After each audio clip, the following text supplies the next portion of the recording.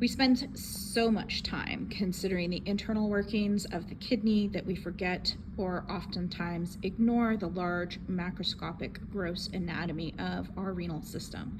We're going to take a quick minute to look at some of the parts of the renal system. So here is the kidney. We have a left kidney and a right kidney. The indentation known as the hilum, adrenal glands sitting on the superior border. There is a major renal artery headed to the left kidney and a major renal artery headed to the right kidney.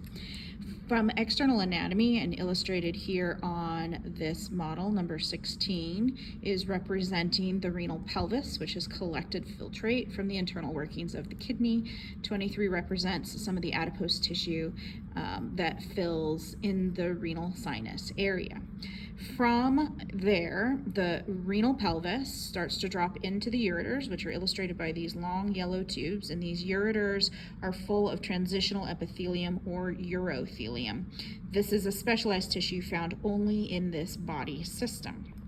They are actually going to drop down to the bladder, enter kind of from the inferior and lateral areas in an area that is known as the trigone into the bladder. I'm going to remove that ureter so that we can swing this bladder open and take a peek at some of the anatomy and the interior of the bladder. Now, I mentioned that there's this area known as the trigone, and the trigone is formed by the ureter from the right, the ureter from the left, and then the urethra, which is the third pipe in this area. The bladder holds urine until it is ready to be deposited. At this point, there is no further ability to reabsorb nutrients or water from this tissue. This is literally a storage tank. And then when it is appropriate socially to deposit the urine will exit through this structure.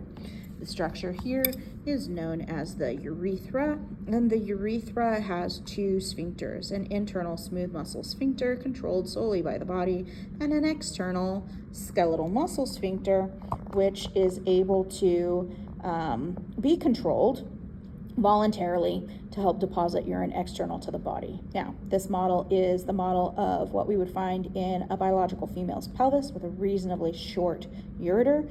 We would expect a much longer ureter in a biological male pelvis. Length of the ureter is important when we start to consider pathologies like urinary tract infections, and potential risk factors are based in part on the length of the urethra.